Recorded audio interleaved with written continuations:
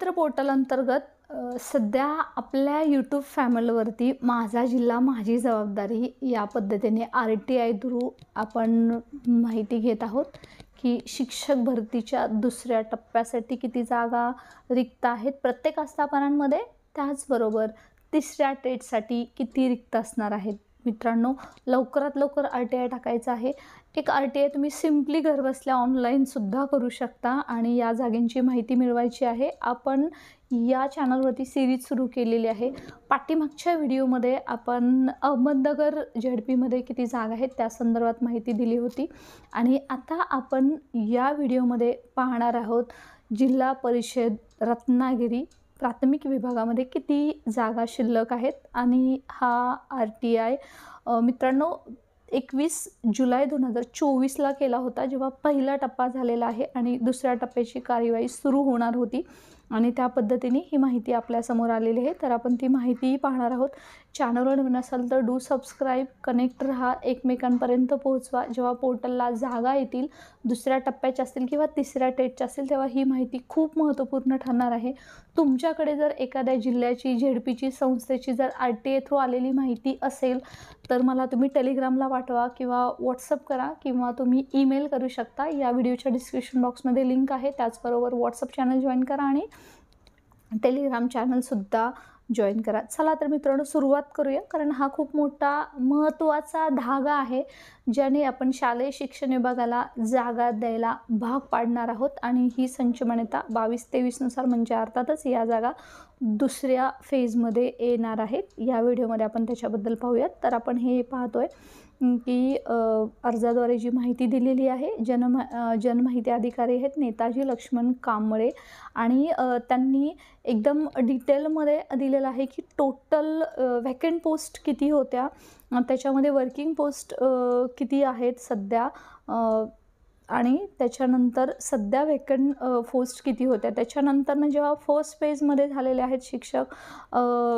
पदभरतीसाठी जाहिरात देताना आंतरजिल्हा बदलीने आलेले गेलेले शिक्षक विचारात घेऊन, तसेच पहिल्या टप्प्यातील जाहिरातीनुसार रुजू झालेले व नियुक्त प्रलंबित असलेले विचारात घेऊन 80% मर्यादेत प्रत्यक्ष पदभरतीसाठी रिक्त पदे विचारात घेण्यात यावीत. म्हणजे अर्थातच आता जी राहिलेली भरती आहे ती 10%ची होणार आहे, परंतु टोटल 80% पदभरतीस मान्यता आहे.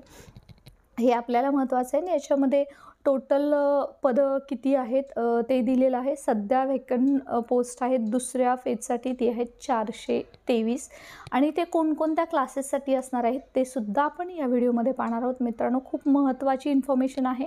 ॲज इट इज GR जेव्हा पोर्टलला जागा येतील आणि येणार नाहीत कोणत्याही ZPच्या, तेव्हा आपलं काम आहे ते शालेय शिक्षण विभागाला या संदर्भात त्यांच्या निदर्शनास आणून द्यायचं. कारण आयुक्त साहेबांनी सांगितलेलं आहे की आम्ही एकही जागा रिक्त ठेवणार नाही ना, आम्ही कंत्राटीला देणार आहोत. सर्व जागा संच मान्यतेच्या प्रपोर्शननुसार सेकंड फेज असतील किंवा थर्ड टेटला आम्ही देणार आहोत. याच्यामध्ये जागा पाहूया मित्रांनो.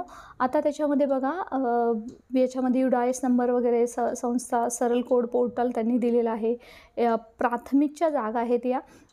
त्याच्यामध्ये बघा आपण पाहतो 1 ते 5 ऑल सब्जेक्ट टीचिंग मीडियम मराठीसाठी 323 जागा आहेत. ओके, 1 ते 5साठी.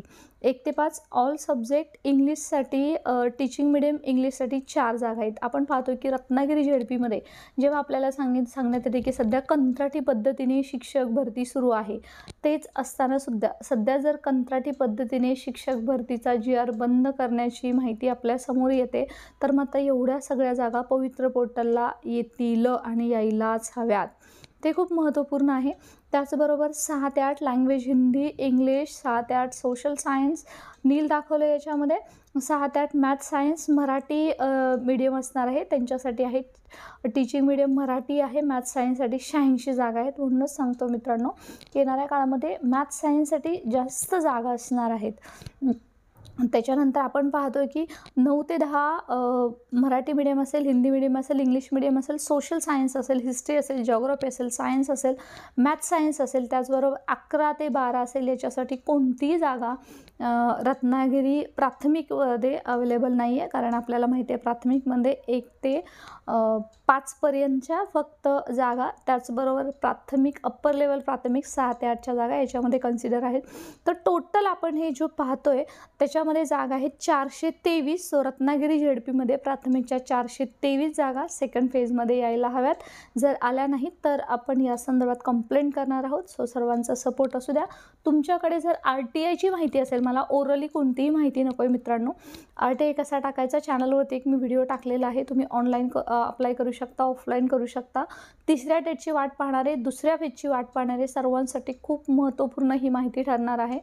त्यांनी संपर्क साधायचा आहे आणि RTI थ्रू जीही तुमच्याकडे इन्फॉर्मेशन येईल ती तुम्ही मला पाठवू शकता, जेणेकरून आपण यूट्यूबचा आवाज, आपण पाहतो की आपला एक व्हिडिओ फक्त टाकला गेला होता की कंत्राटी पद्धतीने भरण्यात येतील सातारा, सिंधुदुर्ग, कोल्हापूर, इवन रत्नागिरी या संदर्भातील इथल्या शिक्षणाधिकाऱ्यांनी आपल्याशी संपर्क साधला होता आणि सांगितलं होतं की मॅडम आम्हाला लिखित हवं आहे, आम्ही जागा नक्की देऊ, परंतु आम्ही शिक्षण आयुक्तांचं ऐकत नाही असं नाही आहे. हे मित्रांनो खूप महत्त्वाची बाजू आहे. आपला यूट्यूबचा आवाज, चॅनल तुम्ही इतक्या दूरपर्यंत पोचवत आहात आणि त्याचा इम्पॅक्ट आपल्याला पाहायला भेटतो आहे. अशी तुमची सपोर्ट राहू द्यात आणि स्टे कनेक्टेड. अजूनही तुमच्या जवळच्या जिल्हा झेडपीच्या जागा घेऊन आपण लवकरच चॅनलवरती भेटणार आहोत, सेकंड फेज आणि थर्ड टेटसाठी सुद्धा. Thanks for watching. Stay connected.